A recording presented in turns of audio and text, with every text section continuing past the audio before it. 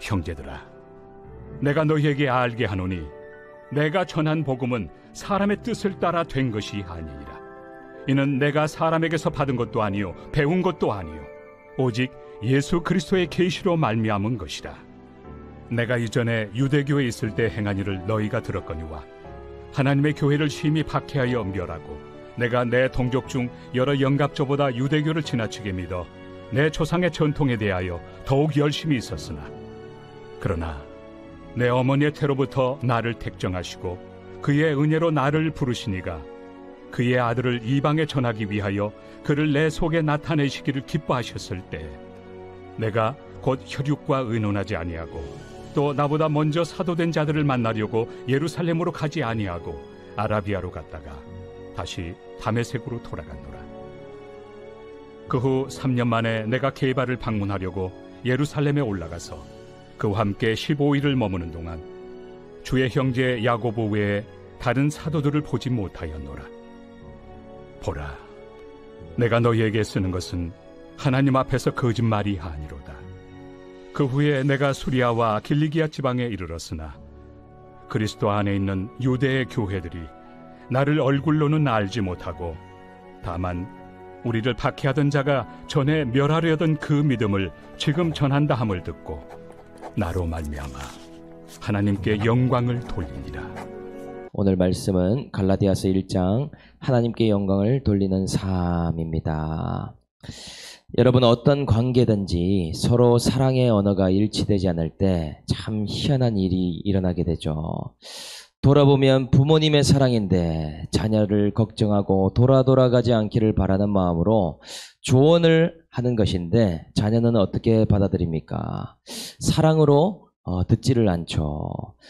저도 생각해보면 참 잔소리를 안 들었는데 제가 루미니를 보면서 또 깨닫게 됩니다. 돌아보면 잔소리를 들을 수밖에 없도록 만들었구나.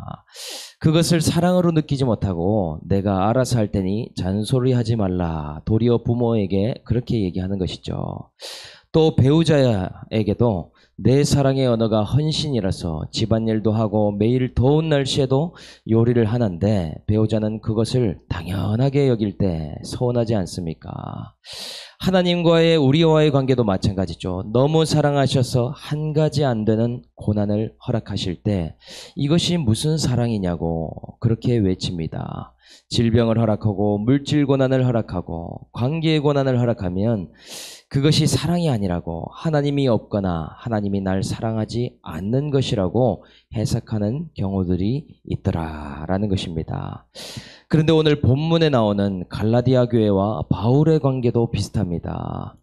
바울은 사랑하기에 복음을 전해서 교회를 세웠고 지금도 사랑의 마음으로 편지를 쓰고 있는데 바울이 행한 것이 과연 사랑이 맞는가 의심하기 시작하고 그것은 거짓이었을 것이라고 돌아서게 되는 그런 아이러니한 상황에 봉착하고 있습니다. 이런 상황 속에서도 바울은 하나님께 영광을 돌리고 있는데 도대체 이런 상황에서 어떻게 영광을 돌릴까? 우리가 한번 나눠보도록 하겠습니다. 하나님께 영광을 돌리는 삶 첫 번째는 자신과 비슷한 인생을 사는 자들에게 약재료를 나누는 인생으로 영광을 돌립니다. 11절 시작에 형제들아 라고 시작하고 있죠.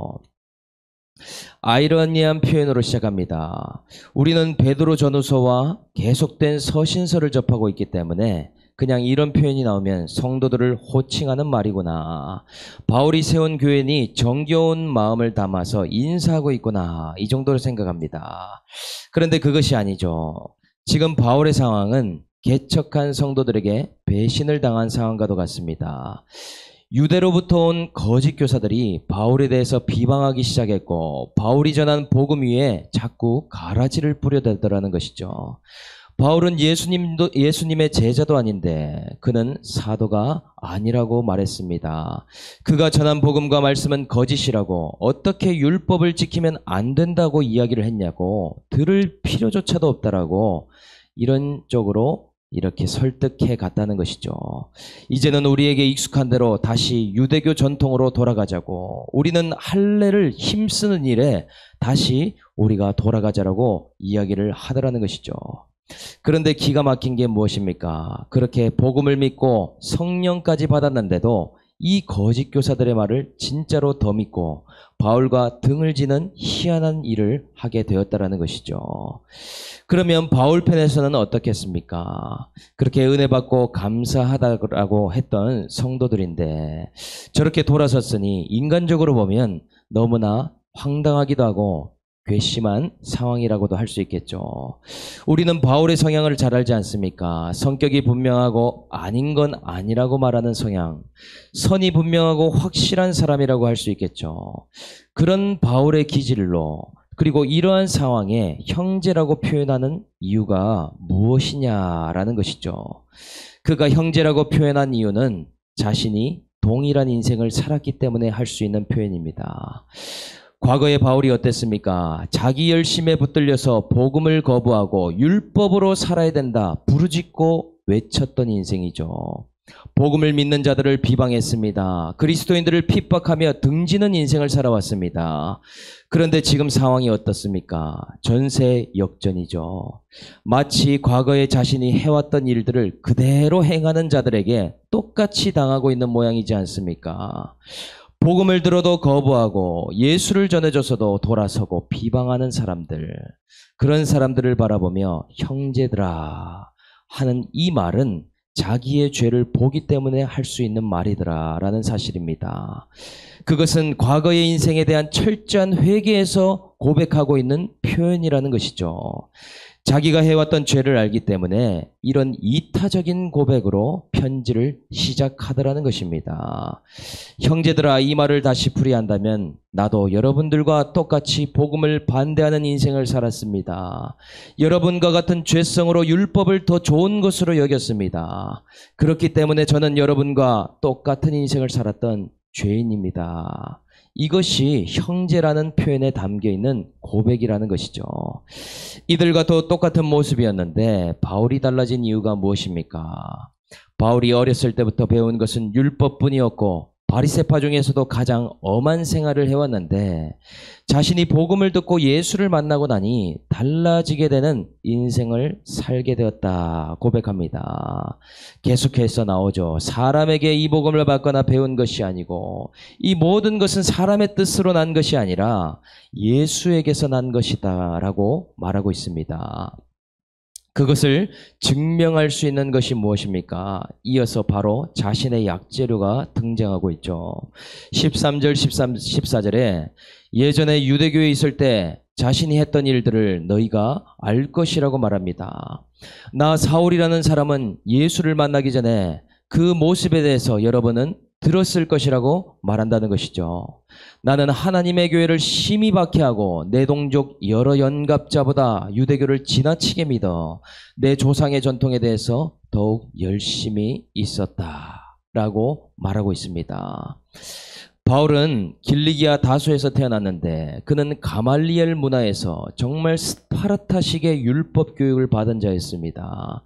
거기에다 성향 자체가 자기 열심이 대단했기 때문에 젊었을 때부터 바리새파 중에서도 가장 엄하기로 유명한 그러한 파에 소속되어 있으며 율법에 어긋난 사람을 보면 용납치를 못했습니다. 그러니 그러한 자를 만날 때마다 결박해서 옥에 넘기는 것은 기본이고 죽이는 일까지 했더라는 것이죠. 심지어 예수를 만났던 다메섹 도상도 예수 믿는 자들을 잡아 죽일 공문을 받으러 가는 중에 만난 그런 일이었다는 사실입니다. 그때 사울아 사울아 네가 어찌하여 나를 핍박하느냐 나는 네가 박해하는 예수라. 그 말을 들으며 눈이 멀어버리는 일이 오게 되지 않습니까? 지금 그 이야기를 하고 있는 것입니다. 자기 열심이 십자가를 통과하면서 복음에 대한 열심으로 바뀌게 되었습니다. 남을 잡아 죽이던 율법의 말씀이 남을 살리기 위한 복음의 편지로 바뀌더라는 것이죠. 가말리엘 문화에서 배운 것과 어릴 적부터 이 율법에 대한 열심들이 예수 그리스도의 복음을 설명하는 열심으로 쓰임받게 하시더라. 모든 것이 약재료가 되어 자신과 비슷한 인생을 살아가는 자들에게 편지가 되는 인생을 살게 하는 것이 하나님의 뜻이었다는 것이죠. 하나님께서 영광 받으시는 방식이 이렇습니다. 우리가 과거에 냈던 열심이 어떤 열심들입니까? 향방 없는 열심이었죠. 세상을 향한 열심이거나 또 신앙적인 면에서도 종교적인 열심, 율법적인 열심들이 많았습니다. 그러한 일들을 설령 내가 하나님을 위해서 한다고 했지만 예수를 핍박하는 일이었다라는 사실입니다. 왜입니까? 내가 주인인 상태로 내 뜻, 내 생각대로 한 열심이기 때문이죠. 예수님께서는 우리의 인생을 핏값으로 통째를 사셨기 때문에 내 건강, 내 시간, 내 에너지가 다 주님의 것인데 엉뚱한 곳, 엉뚱한 방향에 쓴다면 그것은 허비이고 예수님을 괴롭게 하는 일이라는 사실입니다. 저의 경우에도 예전에 학업이나 유학에 대한 열심을 굉장히 냈습니다. 그 목적이 성공이었기 때문이죠. 그것이 그런데 신앙적 열심과도 연결되어 있습니다. 하나님을 위해서 하는 것이었고 이렇게 신앙생활을 열심히 하니 하나님도 이런 나를 잘되게 하셔야 된다. 도와줘야 된다. 그렇게 믿으며 신앙생활 했다는 것이죠. 그렇게 예수를 믿어서도 실제 모습은 예수를 모질게 핍박하고 박해해온 인생임을 나중에야 알게 됐습니다. 예수를 박해하는 인생을 사니 인생이 깨지기 시작하는데 건강이 깨지고 물질이 깨지고 시간이 깨지고 열심을 낼 에너지 모두를 다 걷어버리는 그런 고난이 찾아오게 되더라는 것입니다. 실상은 주님 앞에 가해자였는데 이런 상황 가운데서도 더 섬뜩하게 한 것은 그 상황에서도 나는 인생의 피해자라고 주장하며 하나님께 불평하는 이상한 신앙의 모습이 나오더라는 것입니다. 그런 인생을 회복시키시면서 하나님은 어떻게 하셨는가? 지금 돌아보니 제가 겪었던 모든 것을 하나도 버리지 않고 사용하시는 하나님을 보게 됩니다.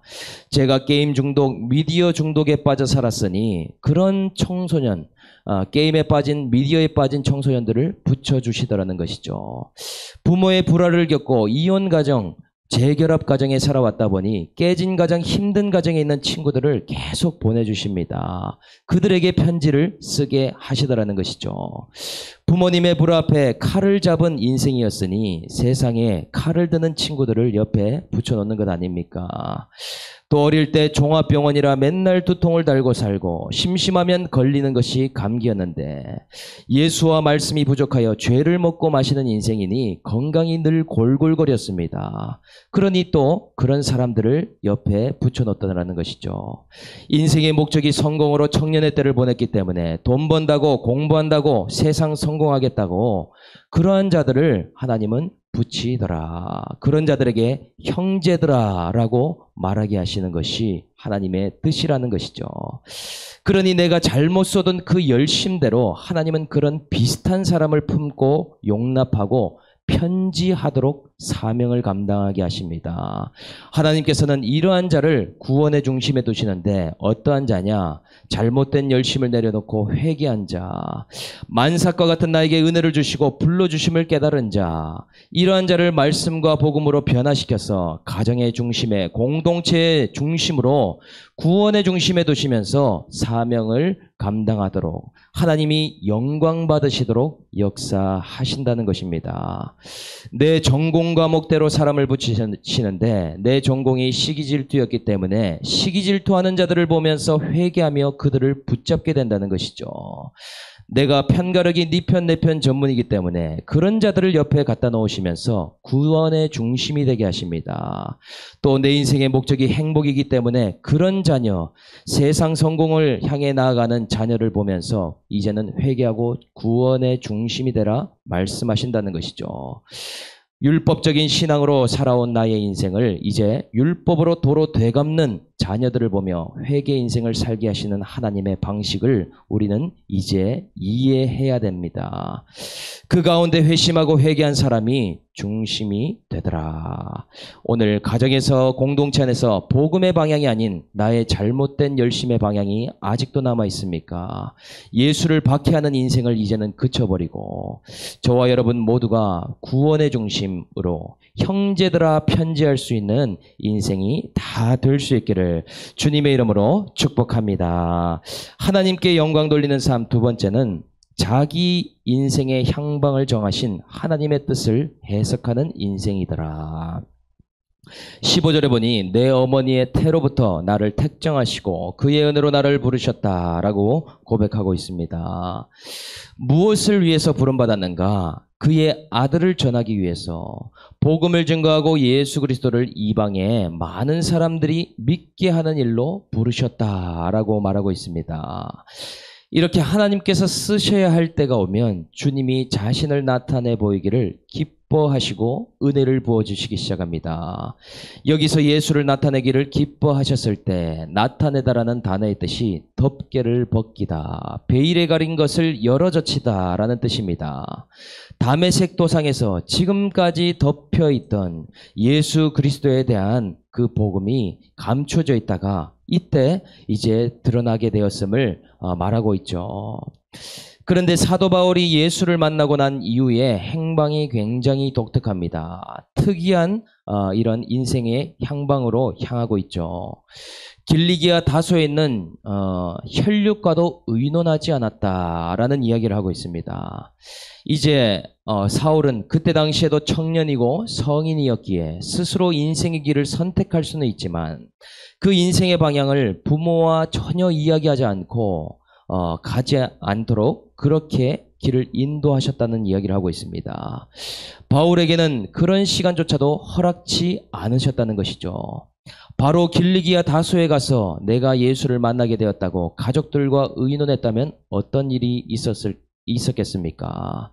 가족들에게 예수를 전해서 구원받으면 가장 좋겠지만 그들 또한 유대교의 열심으로 있는 상태이기 때문에 네가 지금까지 바리새인의 길을 걸어왔는데 이제 와서 포기할 셈이냐고, 가말리엘 문화에서 열심히 더 배우도록 가도록 주님이 원하는 방향이 아닌 쪽으로 붙들릴 수 있기 때문에 그 방향을 허락지 않은 것입니다. 향방이 어찌 될지 모르고 그것이 복음의 방향이 아니면 하나님은 허락지 않으시는 것이죠. 그런데 그 다음에 보면 나보다 먼저 사도된 자를 만나기 위해서 예루살렘에도 가지 않았다라고 얘기합니다. 본인이 예수님을 직접 만났고 사도로 부름받았다면 예루살렘의 12사도들을 만나서 교제하는 것이 너무나 좋은 일이지 않습니까? 예수님에 대한 간증도 하게 하고 또한 그것을 통하여서 예수님의 살아계심을 또 증거하는 그러한 은혜의 일이 될 수도 있을 것 같은데 그렇게도 인도하시질 않았습니다. 바울은 유대인들을 택한 그릇이 아니기 때문에 이방 나라를 위한 택한 그릇이라고 하지 않았습니까? 그러니 예루살렘에 가서 13번째 사도로 그곳에서 쓰기를 원치 않으신다라는 것이죠. 예루살렘과 유대에 남는 것이 주님의 뜻이 아니기 때문에 예루살렘에 더 이상 예수님의 제자 출신의 이런 사도가 필요한 것이 아니죠. 예루살렘에는 예수님의 제자 출신의 사도들이 필요한 것뿐이고 이방인들을 위해서는 바울과 같은 사도가 필요하다라는 것이었습니다. 그래서 이쪽도 저쪽도 가지 않게 하고 어디로 인도하는가? 아라비아 강야로 인도했다라는 것을 기록하고 있습니다. 그래서 사도 바울도 다메섹 사건 이후에 13년이라는 철저한 무명의 시간을 겪게 되죠. 아라비아 광야 3년 그리고 다시 다소에서 10년을 무명으로 사도 취급도 받지 못한 채로 철저한 무시를 당하며 그런 시간을 보내게 되었습니다. 그런데 그 시간을 통해서 주님께서 복음이 무엇인지를 철저하게 깨닫게 해주셨죠. 마치 날선검을 주인이 갈듯이 바울에게 복음을 설명할 수 있도록 복음의 정수라고 하는 로마서를 기록할 수 있을 정도의 그러한 훈련의 시간을 13년 동안이나 가지도록 만들으셨다는 것입니다. 그렇게 아라비아 광야 3년을 보낸 후에 어떤 일이 있었는가? 그는 바나바의 소개로 예루살렘에 들어가는 그런 일을 겪었다라고 얘기합니다. 베드로와 바울을 이어주는 이 교두보의 역할을 바나바가 했다라는 것이죠. 그래서 예루살렘에 15일 정도의 베드로와의 교제 시간이 있었습니다. 그 시간을 통해 복음을 비교하고 나누는 시간이 있었고 자신을 부르신 예수에 대해서 증거하고 또 베드로가 경험했던 예수를 서로 이렇게 나누는 일을 했다라고 기록하고 있습니다. 1차적으로 베드로를 통해서 그리고 바나바를 통해서 사도됨을 인정받게 되는 일이 있었다라는 것을 지금 말한다는 것이죠. 그리고 예수님의 친동생인 야고보도 만나게 한 것을 이야기하고 있습니다. 하나님께서 우리를 훈련하실 때 이렇게 가정이나 예루살렘 같은 교회에만 두시지를 않습니다. 하나님은 우리를 세상의 빛과 소금으로 열방과 이방에도 써야 되기 때문에 아라비아와 같은 광야의 시간을 허락하시는 하나님이라는 것이죠. 주님의 부르심을 받았지만 가족들에게 인정받지 못할 수 있습니다. 진짜 어떻게 하려고 그러냐, 너무 열심히 믿지 말라라고 할 수 있더라는 것이죠. 또 교회에서 사도처럼 사역자처럼 쓰시는 그 쓰임이 아니기 때문에 그 교회만 두시지 않고 어디로 보내시는가? 아라비아와 같은 광야로 보내는 일이 우리에게도 있습니다. 그것이 때로는 직장과 같은 아라비아가 될 수도 있고, 일터일 수도 있고, 출장의 시간이 될 수도 있고, 학교나 또 나 홀로의 시간이 될 수도 있습니다. 이 시간이 과연 무슨 의미가 있을까 싶을 정도로 아무도 몰라주는 주님의 아라비아 광야가 있더라는 것이죠. 그때에 어떤 훈련을 하게 하시는가? 말씀, 복음의 말씀을 붙들고 믿음으로 살리라 하는 믿음이 키워지는 시간으로, 나의 향방을 해석하는 시간으로 하나님은 쓰시더라는 것이죠. 복음은 분명하나 나를 하나님께서 어떻게 준비시고 훈련하시는지를 더욱더 선명하게 보게 되는 시간입니다. 오늘 바라기는 내가 아라비아와 같은 광야의 시간을 만날 때 이 아라비아와 같은 시간을 나는 누구에게 보내는 편지로 하나님이 쓰고 계신가? 무엇을 훈련하고 계신가? 이것을 깨달을 수 있는 저와 여러분들이 되시기를 주의 이름으로 축복합니다. 하나님께 영광 돌리는 삶 세 번째는 예수를 믿고 달라진 한 가지 모습으로 인해 주변 사람들을 깨우는 인생을 말하고 있습니다. 오늘 바울은 이 모든 편지의 내용이 거짓이 하나도 없다라고 말하고 있죠. 실제로 이것이 본인의 인생의 스토리였고 자신의 삶에 나타난 하나님의 역사하심이었다라고 증언합니다. 21절부터 정말 알만한 사람들은 다 아는 것이라고 기록하죠. 수리아와 길리기아 지방에 있던 사람들도 바울의 얼굴을 직접 보지 않았어도 소문과 이야기로 다 알고 있었습니다. 그가 믿는 자들에게는 유명한 박해자요, 그런 핍박자였기 때문이죠. 사도 바울이 다메섹 도상에서 눈이 멀었을 때도 주님께서 아나니아라고 하는 사람에게 바울에게 가서 안수해줘라고 하지 않았습니까? 그때에 아나니아가 이런 말을 하죠. 주여, 이 사람에 대하여 내가 여러 사람에게 듣사온즉 그가 예루살렘에서 주의 성도에게 적지 않은 해를 끼쳤음을 들었습니다. 주의 이름을 부르는 모든 사람을 결박할 권한을 받는 자인데 어찌 안수를 하라고 하십니까? 안수하기도 무섭고 두려운 사람, 그 사람이 바로 사도 바울이었다라는 것이죠. 그런데 이 사도 바울이 주변 사람들마저도 놀라게 했던 것은 이 바울이 박해자에서 전도자로 바뀌었다라는 이야기를 들을 때였습니다. 인생의 가해자에서 사명자로 거꾸러진 인생이 되었을 때 주변 사람들이 다 놀라서 하나님께 영광을 돌렸다, 이 이야기를 한다라는 것이죠. 하나님께 영광을 돌리는 삶은 요셉과 같이 총리와 같은 높은 직책으로 되는 것이 아닙니다. 또는 재물이 많고 부귀영화를 갖는 것으로 하나님이 영광 받으시지 않으시죠.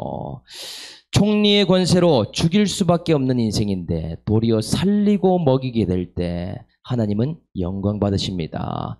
평생을 우리도 피해자처럼 살아왔는데 내가 가해자라고 고백하며 사람을 살리는 그런 약재료를 나눌 때 하나님이 영광을 받으시는 일이 옵니다.